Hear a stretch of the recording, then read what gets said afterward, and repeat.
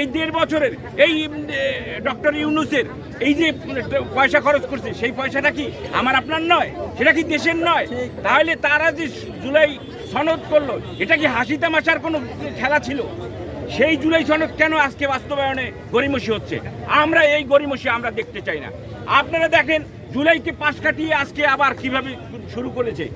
পুলিশের পোশাকটি একদিনে বা এক মুহূর্তে এরা পরিবর্তন হয়নি।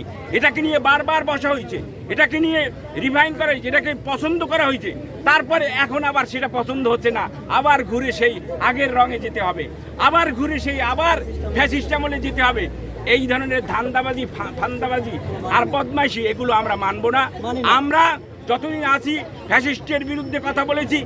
আপনারা দেখেন, লক্ষ্য করেন, যখন চীন 2050 নিয়ে ভাবছে, যখন সারা বিশ্ব 26-27কে গ্রহণ করার জন্য, বরণ করার জন্য প্রস্তুত হচ্ছে, বাংলাদেশ তখন ঘুরে ঘুরে 71-এ যাচ্ছে। হোয়াই? এটা কি ধরনের আধুনিকতা? আপনারা এখন ইমেইলের যুগে, আপনারা চিঠির যুগে ফিরে যাচ্ছেন কেন? আমাদের কিছু বুঝে আসছে না। আমি 55 ইয়ার্স আমার বয়স, আমরা আবার ঘুরে সেই পুরানো, আবার সেই কুসংস্কারের দিকে বাংলাদেশ যাবে, আবার সেই পারিবারিক খেলা, পারিবারিক তন্ত্র চলবে। আমরা যা চাই, আমরা দেখছি যে রাজমিস্ত্রির ছেলে আজকে সংসদে আসছে, এই আসার সুযোগ দিতে হবে।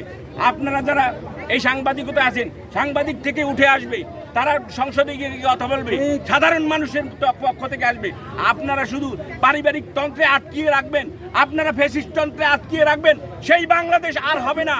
আমরা রক্ত দিয়েছি, আবারও রক্ত যদি প্রয়োজন হয় আমরা দেব, যতক্ষণ পর্যন্ত না জুলাই সনদ মানে হলো নতুন বাংলাদেশ, জুলাই সনদ মানে অধিকারের বাংলাদেশ, জুলাই সনদ মানে আবার নতুন করে এই বাংলাদেশকে রিফর্ম করে বিশ্বের বুকে মাথা উঁচু করে দাঁড়ানোর বাংলাদেশ। সুতরাং এই জুলাই সনদ নিয়ে খেলাধুলা আর হবে না।